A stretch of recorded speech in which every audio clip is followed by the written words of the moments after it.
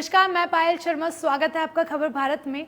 आज की गौरव गाथा में हम बात करेंगे उस शेर शाह के बारे में जिसने अपने शब्दों से, अपनी वीरता से और अपने सर्वोच्च बलिदान से पूरे देश को गर्व महसूस करवाया था। एक कैप्टन नेता ने कैसे पाकिस्तान की हार की गाथा लिख दी। जानिए कैसे एक कैप्टन नेता, एक कैप्टन शेर 10-10 लोगों पर भारी पड़ गया। जानिए हमारी स्पेशल रिपोर्ट में।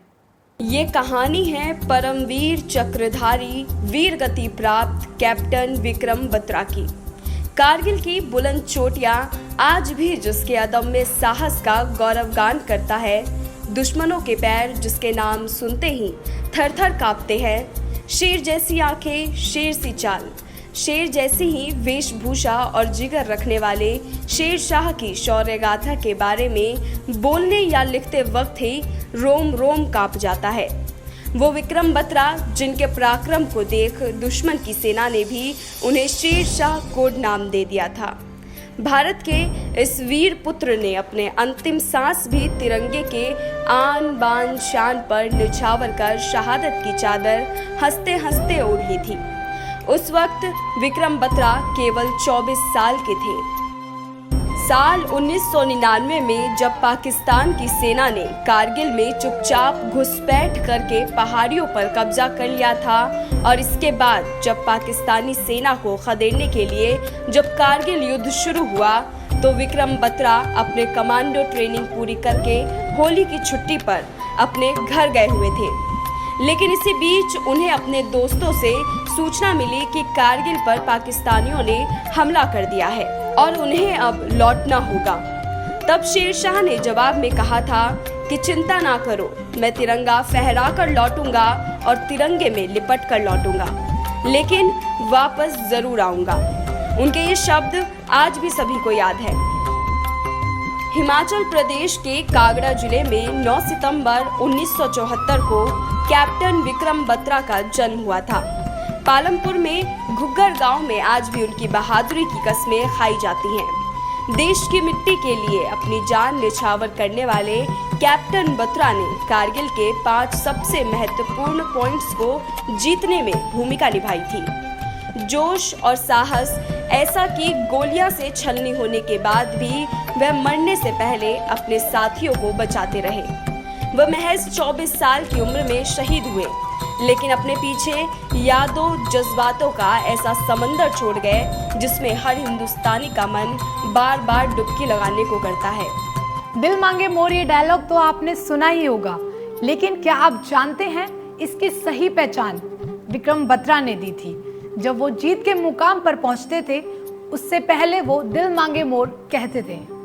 तारीख थी 19 जून और साल 1999।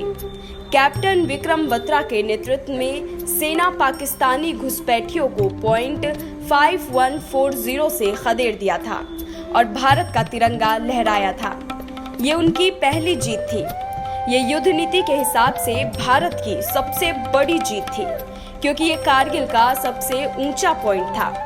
लेकिन शेर शाह को ये पता था कि उनकी मंजिल कुछ और है।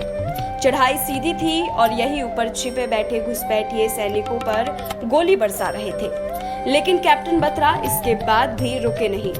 वो अगले पॉइंट 487 के लिए चल दिए, जो समुद्र तल से 17,000 फीट की ऊंचाई पर था। कैप्टन बत्रा अपनी हर जीत के बाद कोड में कहते थे, ये दिल मांगे मोर, और अगली जीत की ओर अपने कदम बढ़ा देते थे। शेर शाह अपनी नई रणनीति के साथ पॉइंट 4875 पर पहुंचे और उसे जीतने का अभियान शुरू किया। आपको बता दें कि कैप्टन विक्रम और उनकी टुकड़ी एक ऐसी सकड़ी चोटी से दुश्मन के सफाई का कार्य कर रही थी जिसके दोनों ओर खड़ी ढलान थी और सिर्फ एक रास्ता था, लेकिन उस पर भी शत्रुओं की भारी संख्या में तैनाती थी। इन सबका सामना करने के लिए सामने खड़ा था शेर की जिगर रखने वाला शेर शाह, विक्रम बत्रा और उनकी बटालियन। कैप्टन बत्रा ने सूझबूझ के साथ रणनीति बनाई और एक संकीर्ण पठार के पास से शत्रु ठिकानों पर आक्रमण करने का निर्णय लिया। आक्रमण का नेतृत्व करते हुए आमने सामने की भीषण लड़ाई में उन्होंने कई सैनिकों को मार गिराया। इस दौरान उन्हें गंभीर रूप से चोटें भी आई, और कई गोलियां भी लगी, लेकिन वे अंतिम सांस तक लड़ते रहे। यहाँ तक कि अपने बटालियन के एक सैनिक को बचाने के लिए उन्होंने उसे जंग के मैदान में पीछे हटने को कह दिया और खुद ही दुश्मनों के आगे आके खड़े हो गए। इस दौरान उन्हें कई गोलियां लगी और शेरशाह तिरंगे में लिपटकर शहादत की ओर बढ़ चले। कैप्टन बत्रा के शौर्य की कहानी हर भारतीयों के दिल में हमेशा जिंदा रहेगी। कारगिल के इस युद्ध की गौरव गाथा में बस इतना ही। हम फिर लौटेंगे नए इतिहास के पन्नों के साथ। तब तक के लिए नमस्कार।